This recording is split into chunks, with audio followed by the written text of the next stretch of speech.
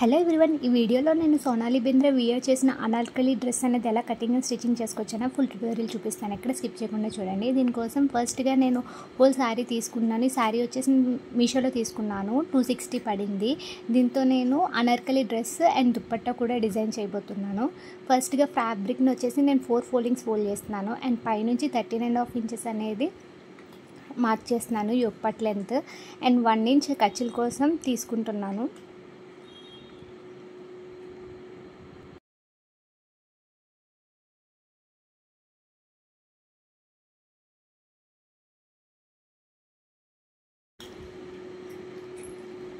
ఇప్పుడు నేను full shoulder వచ్చేసి 6 ఇంచెస్ తీసుకుంటున్నాను.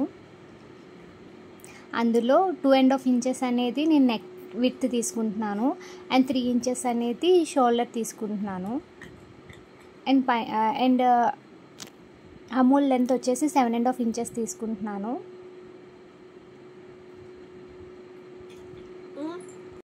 ఇప్పుడు రౌండ్ తిరిగే దగ్గర 1.5 ఇంచెస్ అనేది మార్క్ చేసుకొని వీడియోలో చూపిస్తున్నట్టు కర్వ్ అనేది డ్రా చేస్తున్నాను. సో ఇక్కడ నేను ఏంటంటే నెక్స్ వచ్చేసి ఫ్రంట్ అండ్ బ్యాక్ రౌండ్ నెక్సే తీస్తున్నాను అండ్ ఫ్రంట్ నెక్ వచ్చేసి నేను 5 ఇంచెస్ తీసుకుంటున్నాను. వీడియోలో చూపిస్తున్నట్టు నేను రౌండ్ నెక్ అనేది మార్క్ చేస్తున్నాను అండ్ బ్యాక్ నెక్ వచ్చేసి నేను 7.5 ఇంచెస్ తీసుకుంటున్నాను. అది కూడా ఇలాగే రౌండ్ నెక్ అనేది మార్క్ చేస్తున్నాను. సో చెస్ట్ లూజ్ వచ్చేసి 8.5 ఇంచెస్ తీసుకుంటున్నాను అండ్ వేస్ట్ లూజ్ వచ్చేసి 8 ఇంచెస్ తీసుకుంటున్నాను అండ్ 1 ఇంచ్ అనేది టక్స్ కోసం తీసుకుంటున్నాను అండ్ 2 ఇంచెస్ అనేది ఖర్చుల కోసం తీసుకుంటున్నాను.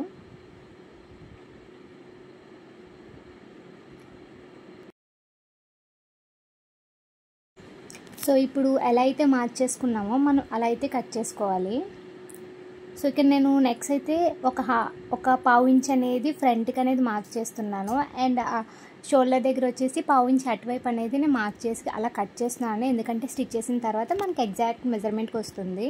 సో ఇప్పుడు ఎలా అయితే మార్క్ చేసుకున్నానో అలా అయితే నేను కట్ చేస్తున్నాను.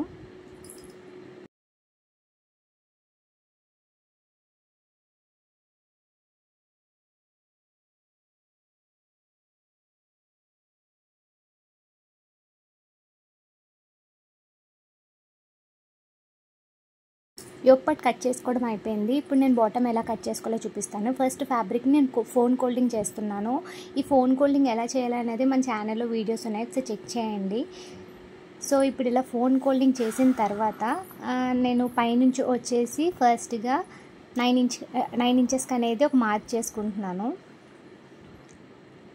సో 9 ఇంచ్కి మార్క్ చేసుకున్న తర్వాత మనం చెక్ చేసుకోవాలి రౌండ్ అనేది మన వేస్ట్ లూజ్కి ఎగ్జాక్ట్గా వస్తుందా లేదా అని చెప్పేసి.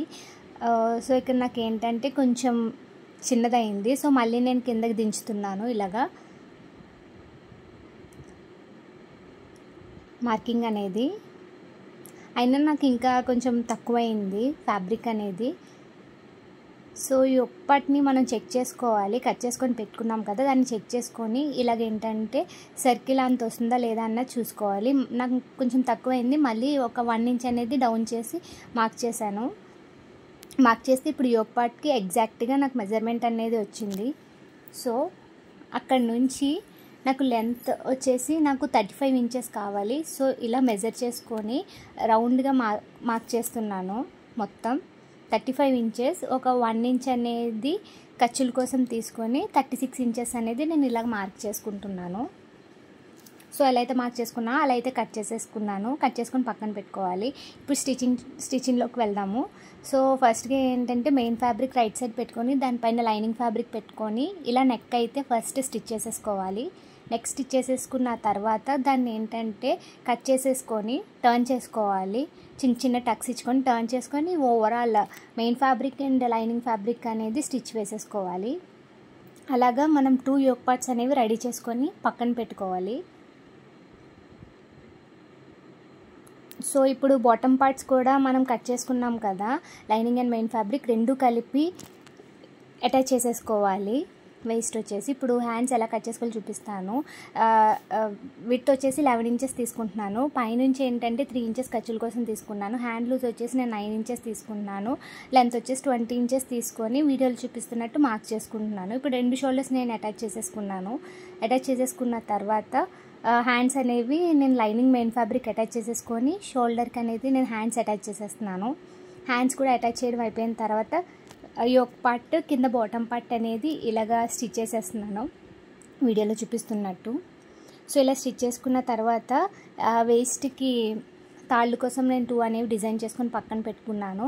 ఇప్పుడు స్టిచ్ చేసుకోవడం అయిపోయిన తర్వాత మనం మొత్తం మెజర్మెంట్స్ లూజ్ ఎంత ఉంటుందో చూసుకొని దాన్ని బట్టి సైడ్ జాయింట్స్ అనేవి చేసేసుకోవడమే. అంతేనండి, చాలా ఈజీగా ఈ అనార్కలి డ్రెస్ అనేది ఒక శారీతో మనం డిజైన్ చేసుకోవచ్చు. మీకు ఈ వీడియో నచ్చినట్టయితే please do like, share and subscribe. అలాగే ఇలాంటి వీడియోస్ మీకు ఇంకా కావాలి అని అనుకుంటే కింద కామెంట్ చేయండి. లాస్ట్లో నేను క్లిప్ అనేది యాడ్ చేస్తాను డ్రెస్ ఎలా టర్న్ అవుట్ అయిందో. Thanks for watching.